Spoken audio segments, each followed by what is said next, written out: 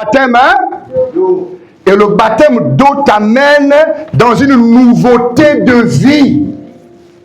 Dieu permet que tu puisses avoir une nouveauté de vie. Donc, si tu n'es pas baptisé d'eau, dans le nom du Seigneur Jésus-Christ, tu n'es pas encore chrétien, mais tu es seulement en cours. Tu es seulement en voie de devenir chrétien. Et si la mort te trouve pendant que tu es en voie de devenir chrétien, Dieu ne te connaît pas. Parce que tu n'es pas né. Vous comprenez? Amen. Alors tu pars en enfer. Vous comprenez? L'eau, le sang et l'esprit. Nous avons lu que Jésus ne connaît pas quelqu'un qui n'est pas passé par l'eau et par l'esprit. Pour faire partie de la famille Nguema, pour qu'un enfant fasse partie de la famille Nguema, il doit être le fils de Nguema et il naît enfant de cette famille, il est de cette maison. Il a des frères et il a des sœurs. Parce que tous partagent le même sang. On peut dire les Nguema, les Baguela. Vous comprenez? Amen. Les Boutougou. Vous comprenez le nom que je vous dis? Quand on dit les, c'est toute une famille. Vous comprenez? Amen. Les chrétiens. Parce que ça veut parler de qui? De Jésus.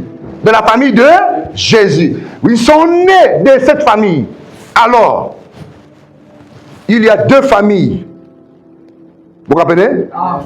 Des chrétiens qui sont en voie de devenir chrétiens et la famille des chrétiens dans la même église.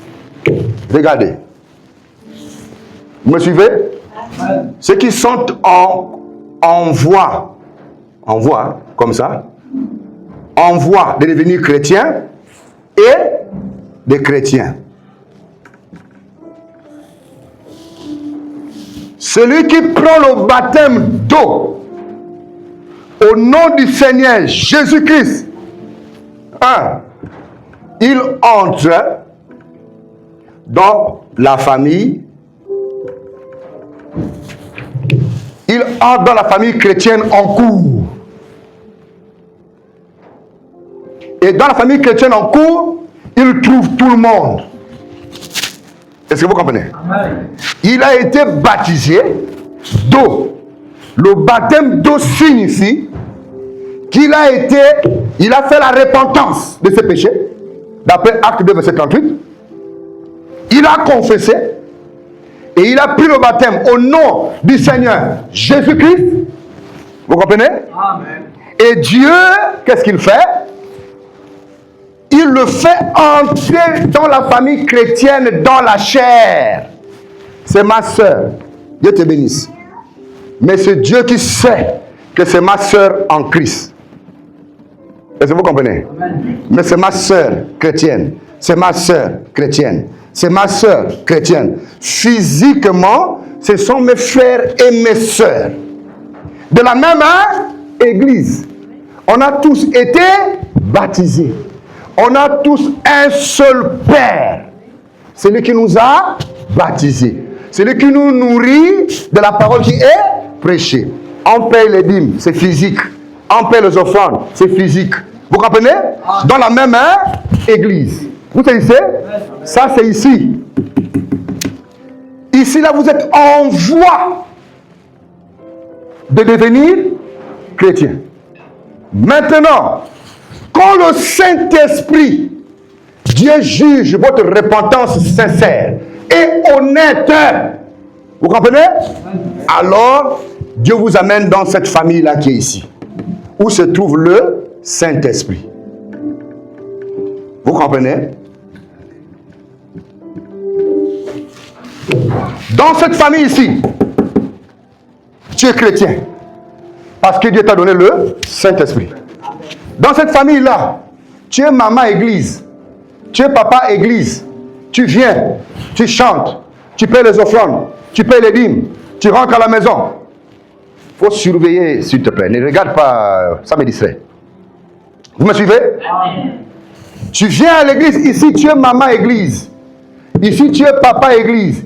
Tu es membre de la famille du tabernacle encore une fois, Seigneur. En voie de devenir chrétien. Maintenant, pour être chrétien, qu'est-ce qui se passe? Le sang de Jésus. Le sang de Jésus. L'eau de Jésus. L'eau qui est la parole. Ok? Le sang de Jésus. Ici, vous avez l'eau. L'eau du baptême. Vous me suivez? Physique. Au bord de mer ou à la piscine. D'accord? Maintenant ici, Jésus transmet à toi la vraie eau. Parce qu'il dit, si quelqu'un boit de mon eau, cette eau vive qu'il a donnée à la femme samaritaine, tu ne pourras plus jamais avoir soif. Vous comprenez? C'est moi qui détiens cette source d'eau vive. Qui est cet homme de Jésus? Cette source d'eau vive. Qui est cet homme de Jésus? La source d'eau vive. Et la source d'eau vive, c'est sa parole. Alors, tu es baptisé d'eau. L'eau, spirituellement, c'est quoi? La parole. Ok? Et ensuite, quand tu quittes par le système de l'eau, lui maintenant il t'a nettoyé comme un verre qui était sale. Mais on ne peut pas boire de l'eau parce que le verre est sale. Il faut nettoyer le verre afin de boire de l'eau. Sinon tu vas boire de la saleté. D'accord? Lui t'a nettoyé par la parole. Ensuite, qu'est-ce qu'il fait? Il te sanctifie. Vous comprenez? Et sanctifié par quoi? Par le sang. Vous comprenez?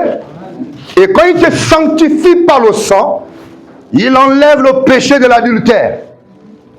L'eau du baptême n'est qu'un symbole pour montrer que spirituellement, cette personne est sincère. Cette personne est prête à tenir parole du vœu qu'il a prononcé aux eaux du baptême. Seigneur, j'arrête le monde pour te suivre. Si tu me pardonnes, j'abandonne le monde pour te suivre. Les anges notent, parce que c'est une affaire de vœu. C'est un engagement. Alors, Dieu dans le ciel dit, écoutez ce qui est dit. C'est pourquoi le service de baptême, arrête la musique. C'est pourquoi le service du baptême est le service le plus puissant et le service le plus surveillé depuis que le monde a été créé. Le seul service que Dieu fait détacher les anges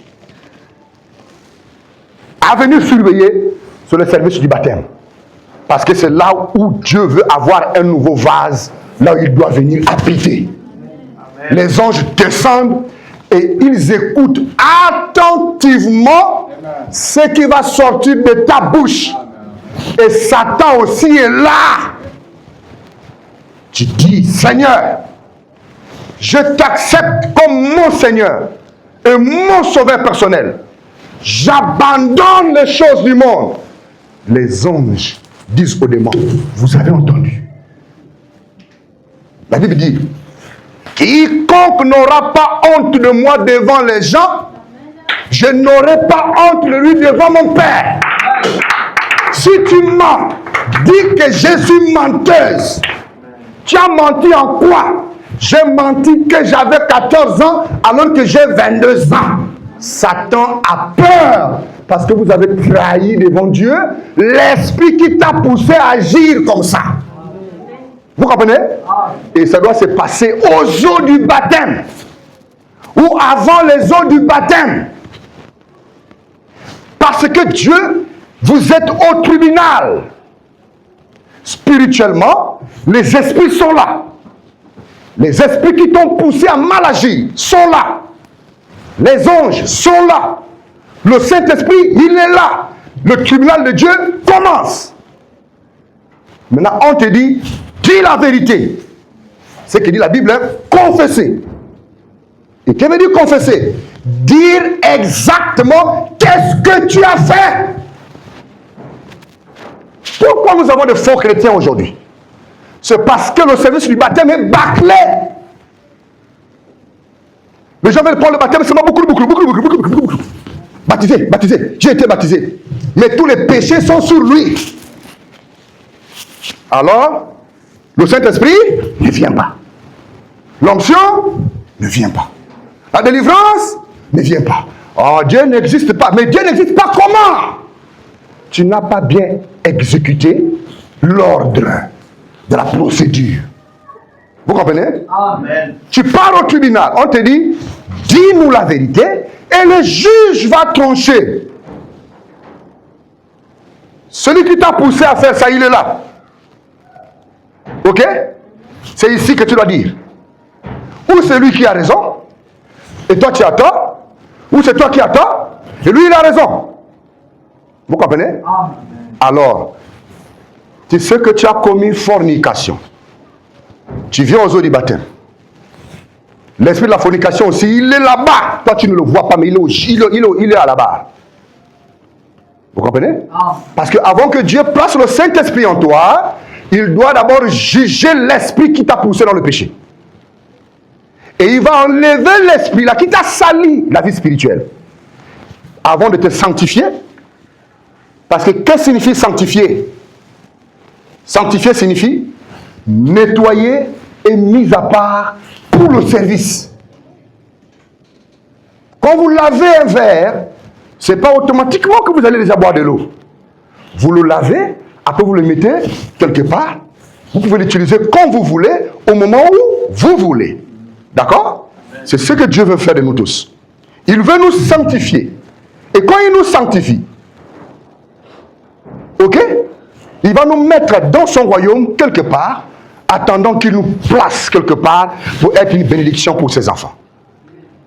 On ne peut pas manifester le don de prophétie, le don de vision, le don de parler en langue, avec une vie de péché. Ça va te rattraper, tu n'iras pas loin. Parce que ta vie de péché va te faire descendre.